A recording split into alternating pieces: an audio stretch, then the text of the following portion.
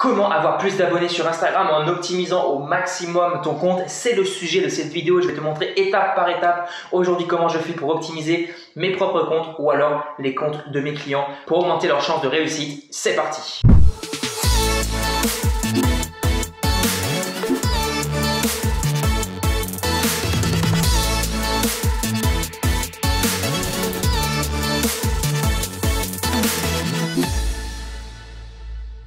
Alors si tu ne me connais pas, je me présente rapidement, moi c'est Benoît et mon job c'est tout simplement de t'aider à vivre de ta passion sur Instagram, de vivre de ton activité grâce à un truc qui te passionne tous les jours, qui te motive à te lever tous les jours. Je t'aide également à faire évoluer ta communauté sur Instagram, à gagner des abonnés qualifiés. Si ces sujets t'intéressent, eh bien c'est très simple, je t'invite tout simplement à rejoindre la formation Insta Novice juste dans la description. C'est une formation totalement gratuite de plus de 2 heures dans laquelle eh bien, je te montre concrètement comment je fais pour vivre d'Instagram avec moins de 2000 abonnés. Et bien sûr, si tu as aimé la vidéo, n'hésite pas à me laisser un petit pouce bleu et n'hésite pas à t'abonner à cette chaîne si tous ces sujets t'intéressent et surtout active la cloche de notification pour ne pas rater les prochaines vidéos. On rentre dans le vif du sujet, comment optimiser au maximum ton compte Instagram. La première chose va être de créer une photo de profil de qualité. C'est très important, alors je le répète souvent, j'ai déjà dit dans plusieurs vidéos, c'est une vidéo de rappel pour les personnes qui viennent de nous rejoindre, mais la photo de profil, si elle est négligée, au premier coup d'œil, les gens vont se dire « Ouais, mais c'est pas intéressant, le mec il a même pas pris soin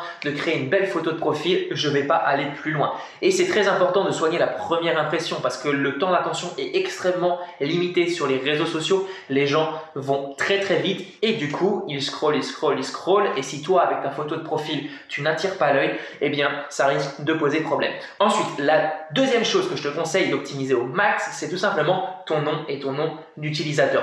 Et bien sûr, si tu es dans une thématique bien précise, ça peut être très intéressant de mettre le nom de ta thématique dans ton nom d'utilisateur. Pourquoi? Pour tout simplement aider les gens à te retrouver. Et ne fais pas un nom d'utilisateur hyper long, un truc qui soit illisible, mais grand maximum 3 mots dans ton nom d'utilisateur. Le nom d'utilisateur, le nom, je confonds à chaque fois. Bref, je pense que tu comprends, c'est le nom que les gens verront directement sur ton compte Instagram. Et pareil que pour la photo de profil, si les gens voient un très mauvais nom d'utilisateur, un nom d'utilisateur qui ne les intéresse pas, eh bien, ils vont être tentés de zapper, de passer à autre chose. Et du coup, c'est problématique encore une fois pour toi parce que tu vas perdre une visite de profil et du coup, potentiellement un abonné. Ensuite, la deuxième chose va être de créer une bio optimisée pour le clic. Et ça, je le répète souvent, beaucoup de gens créent des bios juste pour raconter leur vie. Mais aujourd'hui, moi, ce que je te conseille de faire, c'est de tout centrer vers ton lien sur la bio. Parce que ton objectif, donc l'objectif de ton compte Instagram, c'est tout simplement d'attirer du trafic sur tes pages de capture, sur tes pages de vente, donc sur tes offres.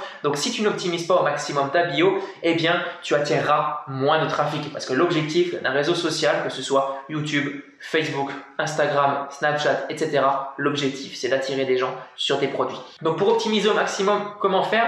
Je vais te donner les 3 choses essentielles à mettre dans une bio. Première chose, il faut que tu montres ce que tu es capable d'apporter à ton audience. Par exemple, tu es dans la perte de poids, tu dis aux gens, eh bien je t'aide à perdre 30 kilos en 1 an. Ça, c'est la première chose. Ensuite, deuxième chose, tu peux tout simplement raconter qui tu es. Alors, c'est extrêmement court. Bien sûr, tu as 150 caractères, il me semble. Donc, il faudra limiter au maximum les phrases. Donc, tu peux mettre simplement des petits mots. Par exemple, tu fais du sport, tu fais de la natation, etc. Ça, tu peux le marquer dans ta bio Instagram pour aider les gens à s'identifier à toi. Et ensuite, troisième chose, et la chose la plus importante qui est souvent très négligée, c'est mets un appel à l'action. Incite les gens à cliquer dans la bio. Si tu ne le marques pas systématiquement, eh bien les gens ne le feront pas. Alors il y en a certains qui le feront, mais ce sera beaucoup moins explicite. Donc c'est très important de bien marquer, cliquer dans la bio pour en savoir plus, pour avoir plus de conseils sur comment se développer musculairement, etc.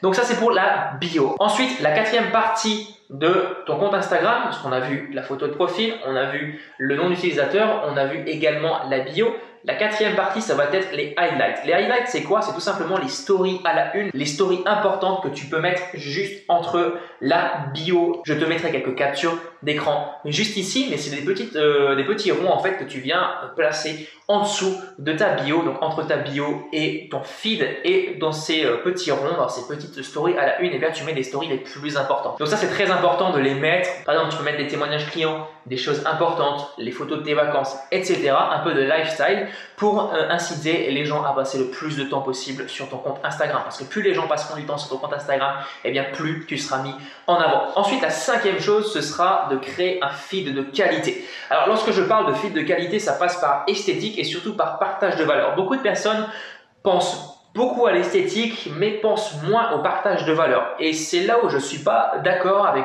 de nombreuses personnes. Beaucoup de gens vont te dire il faut absolument que ton feed soit esthétique.